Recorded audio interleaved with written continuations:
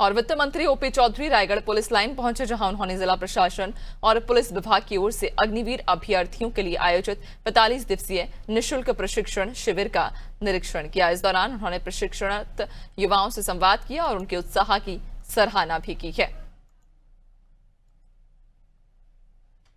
तो इधर इंदौर नगर निगम ने आज बड़ी कार्रवाई की। MR 9 से LIG लिंक रोड के चौड़ीकरण कार्य में आ रही बाधाओं को हटाया। निगम ने मालवीय नगर गली नंबर 2 में बने करीब 140 मकानों को तोड़ा।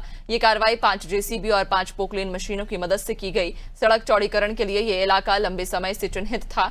बता दें कि 2 दिन पहले मकान तोड़े जाने के विरोध में स्थानीय रहवासी विधायक रमेश मेंदोला के घर के बाहर धरने पर बैठे थे, लेकिन निगम ने तय योजना के अनुसार कार्रवाई की है।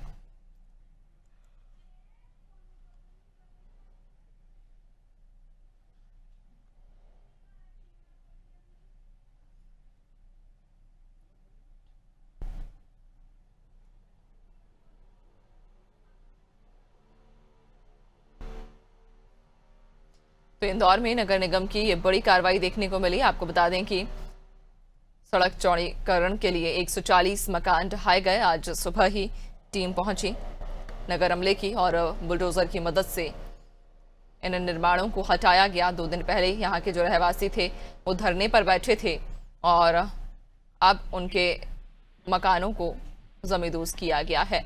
ज्यादा जानकारी लेंगे, सहयोगी योगेश हमारे साथ में जुड़ गए हैं।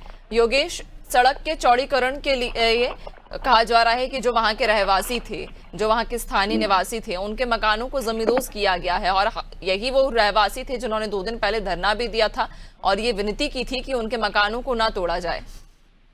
देखिए नैन्सी, ये मास्टर प्लान को लेकर जो सड़क चौड़ीकरण का पूरे शहर में जो प्लान तैयार किया गया, उसमें ये MR 12 वाली ये सड़क भी आती है जो मालवीय नगर के जो बर्फानी धाम एरिया क्षेत्र है वहां पर आती है। तो यहाँ पर लगभग 140 मकानों को जो है चिन्हित किया गया था और जिनको नोटिस भी दिए गए थे, लेकिन चूंकि जब सड़क चौड़ीकरण का काम हो रहा था, ऐसे में कई ऐसे मकान भी जो पूरी तरह से जद में आ रहे हैं, यानी कि उनके पास में कुछ भी हिस्सा नहीं बच रहा।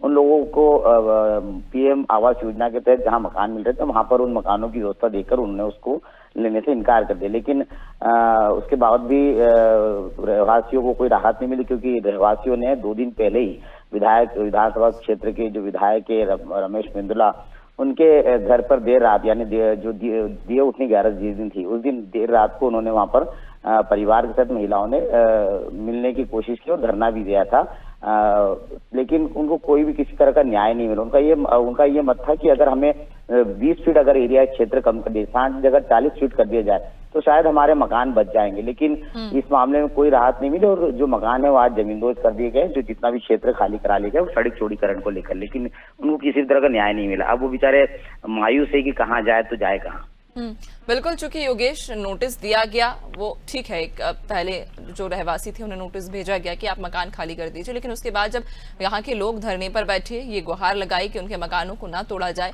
ये कहा गया था कि 60 की बजाय 40 फीट रोड कर लिया जाए जिससे कि उनके मकान भी बचे रहें।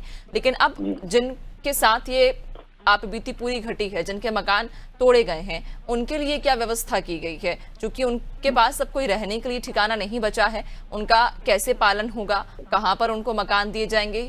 क्या इस दिशा में कोई कदम उठाए गए हैं, कोई राहत उन तक पहुंचाई गई?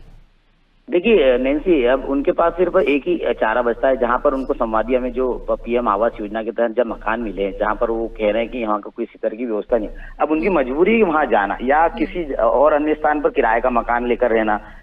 दूसरी चीज, जिन लोगों के मकान ऐसे हैं कि जो बच गए हैं थोड़े बहुत, उनको FIR दिया जा रहा है। FIR के तहत उनको एक जो योजना सरकार की उसके तहत FIR दिया जाएगा।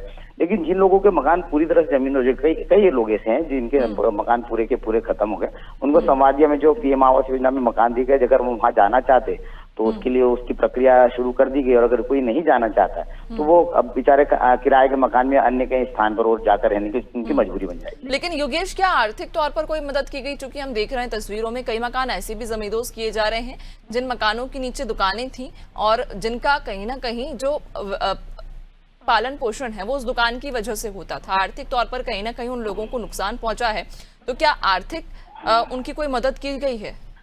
नैन्सी देखिए, ये आर्थिक मदद की योजना तो मध्य प्रदेश में नगर निगम और जो भी संबंधित प्रशासन है वो किसी तरह की आर्थिक मदद नहीं दे रहा, क्योंकि इंदौर में आपको पता है कुछ साल पहले स्मार्ट सिटी के तहत जो इंदौर का जो मल्हारगंज मध्य क्षेत्र पूरा का पूरा टूट गया था। जूनी इंदौर का एरिया टूटा था, राज मोहल्ला जवाहर मार्ग का एरिया, लेकिन किसी तरह की कोई आर्थिक मदद का कोई प्रोविजन नहीं है। सिर्फ उनको एफएआर की जो योजना है, जो वो योजना के तहत एफएआर दिया था, अगर वो चाहते तो एफएआर किसी और के नाम ट्रांसफर करके उसका जो है वो कि उससे वो आर्थिक राशि ले सकते हैं।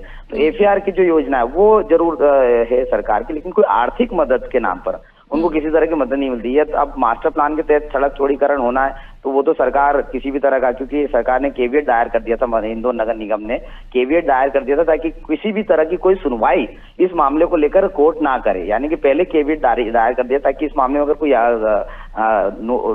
नोटिस अगर के ऊपर अगर कोई जाता है अगर तो इस तरह की कोई कोर्ट भी किसी तरह की सुनवाई नहीं करे। बिल्कुल, यानी कि अब जो लोग हैं उनके पास मात्र एक ही चारा है कि अब या तो वो जो उन्हें योजना के तहत जो मकान दिए गए हैं वहां पर जाकर रहें या फिर अपने स्तर पर कोई अपनी दूसरी व्यवस्था देखें। नजर बनाए रखिएगा और भी अपडेट्स लेंगे। फिलहाल बहुत शुक्रिया आपका।